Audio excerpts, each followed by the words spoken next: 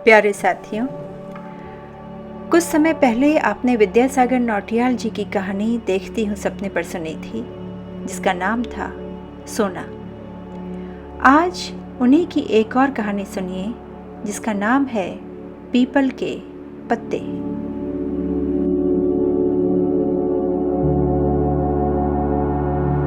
देवी की कृपा होगी तो सब कुछ ठीक हो जाएगा, रामू ने अपनी बीवी से कहा।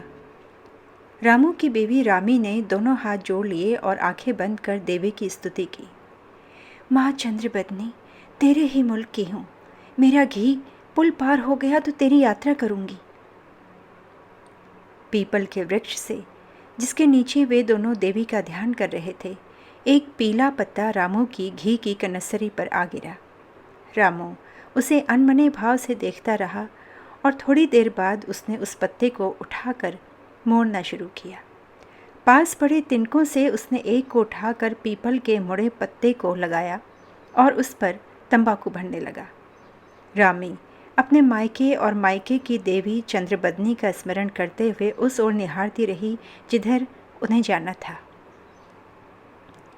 दूर के पहाड़ की चोटी की ओर नजरें गड़ाए उसने कहा, ये कुसियार का डांडा है। उसे पार कर लेने पर देवी के दर्शन हो जाएंगे। टेहरी से कितने मील है डांडा? रामू ने अकेला झाड़ा और जलते हुए कपास को पतबीड़ा पर, जो उसने अभी बनाया था, रखकर तंबाकू पीते हुए उत्तर दिया, टेहरी पुलिस थाने से सिर्फ 3 मील है कुसियार का डांडा। अभी पहुंच जाते हैं। बहुत वक्त बाकी है अभी। पूरे 4 रस्से घाम। 4 तो नहीं, पर 3 रस्सों की लंबाई के बराबर होगा, रामी बोली। तुझे क्या मालूम कि एक रस्सा घाम किसे कहते हैं? जनानी जात, अंधियारी रात। तुम हमेशा यही कहा करते हो, जनानी हो तो क्या कुछ जानती ही नहीं? तू जान ही क्या सकती है? अभी 5 रस्सों की दूरी है सूरज भगवान को अस्त होने में। हाँ, अच्छा, नाराज मत हो। तुम्हारी ही बात सही मान लेती हूँ। मान ही लेनी चाहिए, तेरा मालिक हूं मैं। रामी कुछ न बोली। रामू ने पतबीड़ा का तंबाकू खत्म किया और उसे बुझाकर एक ओर फेंकते हुए कहा, गंगा घाटी में बुझाओ, सब बराबर। यहाँ किसी चीज़ पर आग लगेगी थोड़ी ही। क्या धुआं छाया है, कहीं घास का नाम नहीं। क्या रूखी धरती है। यहाँ की औरतें धन्य हैं, रामी बोली। बेचारी मवेशी कैसे पालती होंगी। देखो तो, कहीं एक घास का टुकड़ा दिखाई नहीं दे रहा। मैं कहती हूँ कोई अपनी बेटी का गला काट दे पर यहाँ उसकी शादी न करे। इतना धुआं तो यहाँ अभी है, भला गर्मियों में क्या हालत होती होगी। आजकल तो 10-12 मील दूर जाकर घास लकड़ी लाई भी जा सकती है, पर तेज धूप पड़ने पर क्या किया जा सकता है?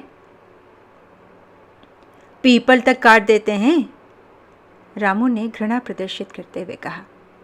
धर्म कर्म जैसी कोई चीज़ नहीं रह जाती। रहे भी क्या, डंगर तो भूखों नहीं मारे जा सकते। पीपल का नाम सुनकर रामी काँप गई। भयभीत स्वर में उसने कहा, हाय माँ, तुमने क्या कर दिया आज? तुमने पतबीड़ा पीपल के पत्ते का बनाया ना? तो देख नहीं रही है, किसी और पत्ते का कहीं निशान है? पीपल के पत्ते का ना बनाता तो क्या करता? यहाँ के लोग तो पीपल के पेड़ को काटते भी हैं। मैंने काटा तो नहीं। एक पत्ता खुद ही टूटकर मेरी कनस्त्री पर आ गिरा। मैंने उसका पतबीड़ा बना लिया तो क्या कसूर किया? रामी की समझ में कुछ न आया। अपने पति को उस भयंकर अपराध के दंड से मुक्ति दिलवाने के लिए उसने अपने मायके की ओर निगाहें फेर कर करबद्ध विनती की। परमेश्वरी, गलती हो गई, सज़ा मत देना देवी। मैं तेरी यात्रा करूंगी और तुझे बकरा चढ़ाऊंगी। दोनों उठ खड़े हुए। रामू ने अपनी पीठ पर बोझा कसा और हाथ में घी की कनस्सरी ले ली। रामी पति के पीछे हो ली। चारों ओर की खुली घाटी के सौंदर्य को एकटक निहारते हुए आगे बढ़ते रहे। रामू के पास बोझा ज़्यादा था और रामी माँ बनने वाली थी। इस कारण दोनों की चाल धीमी थी, वैसी जैसी किसी पर्वतवासी की नहीं होती। गर्मी से रामू के हाथ की कनस्सरी में घी पिघल गया और ढक्कन से बाहर आने लगा। अधभरी कनस्तरी को संभाल संभाल कर ले जाने का प्रयत्न करते हुए रामू ने लंबी सांस खींचकर कहा, ओह, कमबख्त घी भी गल गया, कनस्तरी भी छलकने लगी है। आधा कनस्तरी घी है, देखें नदी पार कर पाता है या नहीं। रामी ने फिर हाथ जोड़कर देवी की स्तुति की। उनका सांस फूला जा रहा था। ऊंचे ऊंचे पर्वत शिखरों पर वास करने वाले रामू और रामी इस वक्त घाटी से गुजर रहे थे, जहां गर्मी उन्हें बहुत सता रही थी। वे लोग थोड़ा और आगे बढ़े तो एक मोड़ के ख़त्म होने के साथ सहसा राजधानी टिहरी दिखाई दी। 2 मील दूर सफ़ेद चमकीले मकान, ऊंचे टीले से राजमहल के शीशों की चमक। यहाँ राजा रहता है, राजधानी है, पत्नी बोली। और यहाँ पुलिस भी रहती है और घूसखोर हाकिम भी, पति का उत्तर था। आहा, सुंदर सुंदर कोठी और बंगले, राजसी ठाट बाट, बड़े बड़े लोग जो अपनी मेहमानदारी के लिए भी मशहूर हैं। भागवान ही तो रहते हैं शहरों में, ठाट की जिंदगी है इनकी। पैदा हम करते हैं और ठाट ये करते हैं। दिन भर दफ्तर में बैठे रहो, काम नहीं, काज नहीं, न घास की फिक्र, न लकड़ी की, खेती न बाड़ी, मौज की जिंदगी। और हम मेहनत न करें तो ये भूखों मर जाएं। क्या शान से बैठे रहते होंगे कुर्सी पर। रामी वाक्य पूरा भी न कर पाई कि रामू ने क्रोध से डांट कर कहा, तो फिर आ गई अपने रास्ते पर, औरत को समझाने से काम नहीं चल सकता। रामी फिर चुप हो गई। मंद गति से चलते वे दोनों आगे बढ़ते रहे। वीरान खेतों को देखते, धूल भरे मार्ग को पार करते, धूप और गर्मी सहन कर अपने एक अदृश्य भविष्य की ओर, जो राजधानी में छिपा था, जिसमें राजा भी रहता था और पुलिस भी, जिसके बारे में उन दोनों के मन में अलग अलग किस्म के ख्याल थे, जिनमें राजमहल भी था और सुंदर कोठी भी। टिहरी शहर में प्रवेश करने से पहले एक पुल पार करना होता है। ये भागीरथी और भिलंगना नदी के संगम से थोड़ी दूर पर है, जहाँ आते जाते भिलंगना का जल अपना अस्तित्व खो देता है और भागीरथी माई का जल कहलाने लगता है। पुल के दूसरे सिरे पर कठोर पर्वत शिलाओं का समूह एक छोटे से पहाड़ का रूप धारण किए है, जिसके सिरे पर राजमहल स्थित है। पुल के नीचे भागीरथी के जल प्रवाह को पार करने की कोशिश करना भारी जोखिम उठाने के अतिरिक्त कुछ नहीं। इस पुल पर लोहे का एक द्वार लगा है, जिसे बंद कर देने पर शहर में प्रवेश पाना कठिन हो जाता है। द्वार के समीप 5 या 6 गज की दूरी पर एक छोटी सी कोठरी है, जिसे पुलिस की चौकी कहा जाता है।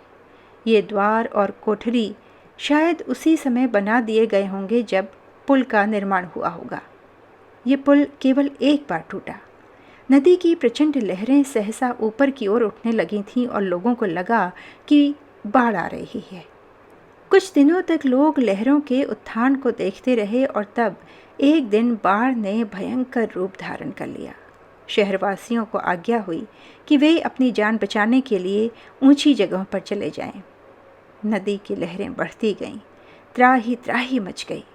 निरंतर पानी बरसता रहा, न दिन में रुका न रात में। बादलों की गर्जन से सबके दिल दहलने लगे और तब एक दिन नदी ने अपनी सीमा भंग कर दी और पुल को बहा कर ले गई। पुल का द्वार और कोठरी भी गायब हो चले। जनता में फुसफुसाहट होने लगी। ये राजा के अत्याचारों के पाप का फल है। उस वक्त महाराजा विलायत में थे। उन्हें सूचित किया गया। वे लौट आए और उन्होंने गंगा माई की पूजा करवाई, ब्राह्मणों को दक्षिणा दी और तब गंगा माई संतुष्ट होकर अपने पहले की सतह पर लौट आईं। जनता की रक्षा हुई। यदि ये माना जाए कि गंगा का क्रोध राजा के अत्याचारों के विरुद्ध था, तो ये भी सच होना ही चाहिए कि अत्याचार इसी पुल के पास, इसी द्वार के पास, पुलिस चौकी के अंदर हुए होंगे, जिसमें 2 सिपाही आपस में बातें कर रहे थे। बैजू बोला, कैरू यार, तू ही बता हम क्या कर सकते हैं। कोई साला घी लेकर आए तब ना। घी का दर्शन ही दुर्लभ हो गया। जब से टैक्स लगा घी एकदम गायब हो गया। पहले तो कुछ ना कुछ किसी ना किसी भाव मिल ही जाता था। हमारा भी काम चल जाता था और हाकिमों की रसोई भी सज लेती थी। मैं कहता हूँ अगर टैक्स न लगता तो घी आता ही रहता। कौन रोक सकता था? कैरू, लोग चालाक हो गए भाई। पब्लिक मक्कार हो रही है। ये भी ठीक है कि कोई घी लाएगा ही क्यों जब घी की कीमत के बराबर टैक्स लग जाता है। शहर में कहीं एक बूंद नहीं रह गया घी। बैजू बोला, आज उसे कुछ दे पाते तो पल्ला छूटता। ऐसा अजीब थानेदार तो मैंने आज तक नहीं देखा। नौकरी भी वाहियात है। पुल पर बैठे रहो जैसे हम और किसी काम के ही नहीं।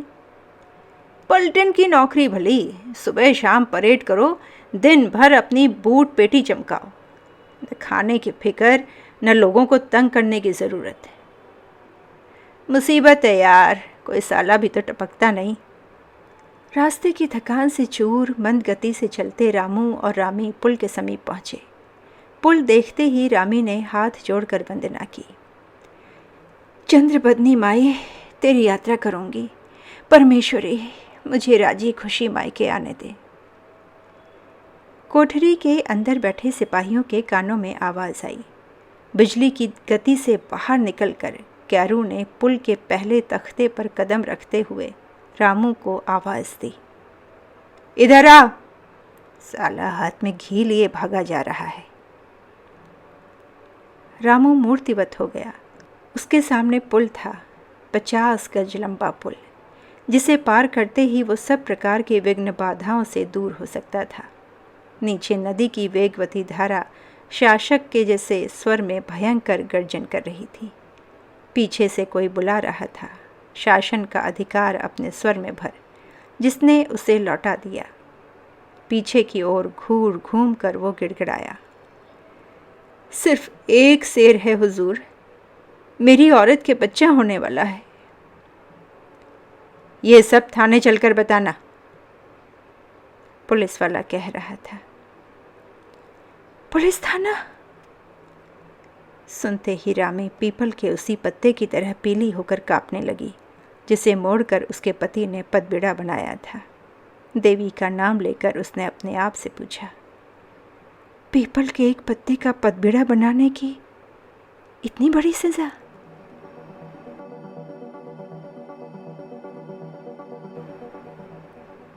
आप सुन रहे थे विद्यासागर नौटियाल जी की कहानी पीपल के पत्ते।